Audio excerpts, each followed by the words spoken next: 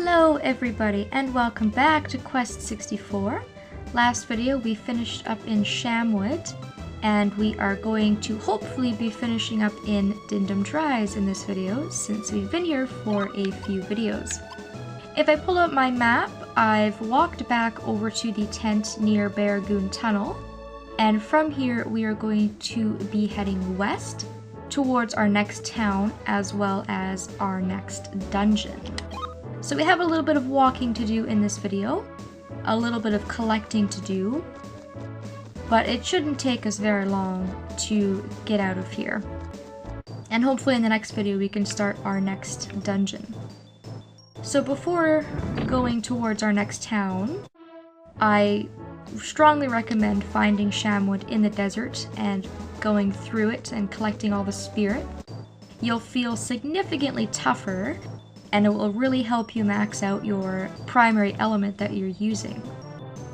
And some of the treasures you get in there are also going to be really helpful. So by heading southwest, we can see a bit of a composition change from sand to dirt. So we're actually going to be getting out of the desert completely, although we are going to be seeing the same enemies. There is only one new enemy type in this area until we get to the next dungeon, so I'm probably going to cut out most of the battles or run away, because at this point there's really no point in showing off the battles in this area. I'm going to follow the linear dirt path until I get to town. However, I'm going to deviate a little bit, and I'm going to go over to this cliff facing so that I can get my first spirit element. There are 4 in this area. And I am going to put my point into earth, I think. Seems like a sound choice to me. And then I'm going to continue on my merry little way. This place can get pretty confusing, but fortunately only after you hit the town. So if you happen to get lost after you hit town, you will probably be able to go back to the inn if you were to die and start over again, which is nice. You don't have to go all the way back to Dindom Dries. So here is our new enemy type. This is the Magma Fish. Again, they are fire users. They usually appear in big groups, but I'm not really worried about them, simply for the fact that I've spent a lot of time in the desert and I have done an extensive amount of grinding. I may have to do a little bit of grinding when I actually hit our next dungeon, because the enemies are going to be a lot tougher, but I'm really not worried at this point about dying. My healing magic is very good, my spells are very good, especially Wind Cutter now that I've maxed it out, and I also have a pretty large amount of HP. So at this point, I'm feeling pretty powerful actually. Not unstoppable, but I feel good. And here is our town. This is the town of Greenoch. Greenoch, as I like to say, because that just sounds really cool. And unfortunately, it has been virtually destroyed by something. We're gonna have to go find out what. It's really unfortunate that there's no really cool sort of desert town in this game. However, we do have the Wings shop, and we also have the inn to visit, so at least we have our 2 important buildings left over.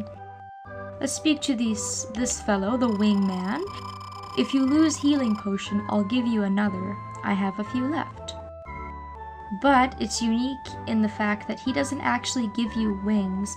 This is kind of just a passerby town. You can't actually fly back here. I guess the game's logic is just that there's nothing to see here, so why would you ever want to come back? However, he'll give you a healing potion, which is pretty cool because as you can see, it heals 150 HP. In my mind, that is a really cool item that you can pick up for free. It's kind of the substitute for bread. And at the inn, it's a little bit more lively in here, and Shannon's actually here, surprisingly. Master Brian, King Bigus of Greenoch Castle, has somehow gotten his hands on enormous powers. It is he who burned this city to the ground and made townspeople suffer, and he did it only to test his strength. That's pretty dark and messed up. So maybe this king has his hands on the Eltel book, who knows, but it seems pretty cruel to do to people of your own kingdom. Are you really from the monastery? Then please say a prayer for us. King Bigus has been most cruel. If you're thinking about going to Greenoch, you'd best think again. But if you insist, rest here before you leave. Well, I will definitely take the opportunity to rest again, just in case anything happens. I'll be automatically transported here. And that is about all there is to see. So I'm going to be leaving, although I think I would prefer to navigate through this area during the daytime. So I'm just going to stay one more time in order to make it day. In most parts of the game, I can see in the night pretty easily, but this area is really dark, so daytime is definitely preferred, or at least for me it is. Alright, so from here, we are going to continue onwards, again, following the dirt path. And this is when things start to get a little bit complicated, or at least in my opinion. I was running around here blindly, and I was running into dead ends all over the place, and it was insanely frustrating. So when the path forks up ahead like this, it's going to fork right. I recommend not taking the fork. It actually leads to a dead end, and there is nothing there. So continue on straight ahead, and also ignore this big magma rock looking thing, because again, it's just a big mass of nothing with nothing to collect, which I think is really deceiving, and it can also be really confusing. Over here, we're going to deviate off to the right for another spirit, once I get the opportunity to do so, which will make 2 of 4, and it's just tucked in a little nook way over here, so it's really easy to miss if you're not looking for it. I'm gonna put another spirit into water, get my healing spell a little bit more powerful before moving on, and then I'm going to go back to the main path. I don't actually have to continue on this main path, but I will just do it for demonstration purpose, that if you keep going, it actually leads to another dead end. And it's actually pretty cool because it leads to a complete crack in the earth. This is actually a volcanic area, believe it or not. And there's a spirit there which is tempting us. So we need to go around.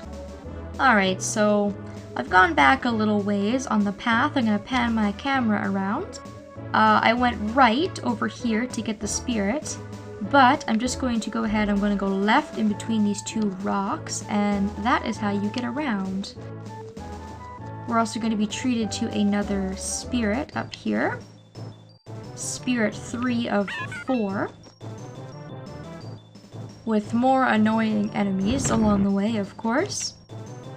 And we're going to have to kind of hop across these rocks around the lava. I'm going to continue to put my points into earth. And now we are on the other side of that crack that we couldn't hop over earlier. Here's the final spirit for the area. I'm gonna put another point into earth. And now we are at our next dungeon, and this place is called Boil Hole, which makes me think of venereal disease, but that's just me personally. However, this place is really cool on the inside, in my opinion, and it also has really awesome music. And it also has mostly new enemies, which is kind of a refreshing change. I feel like I've been stuck in Dindom Dries for a little while with all of those sand-type enemies. This guy's actually kind of cute. He kind of reminds me of a rock cactus. I find the weirdest things cute. But obviously this Rocky is a rock user. When you have big rocks like that, rock level 3 spells, you can actually go under the rock.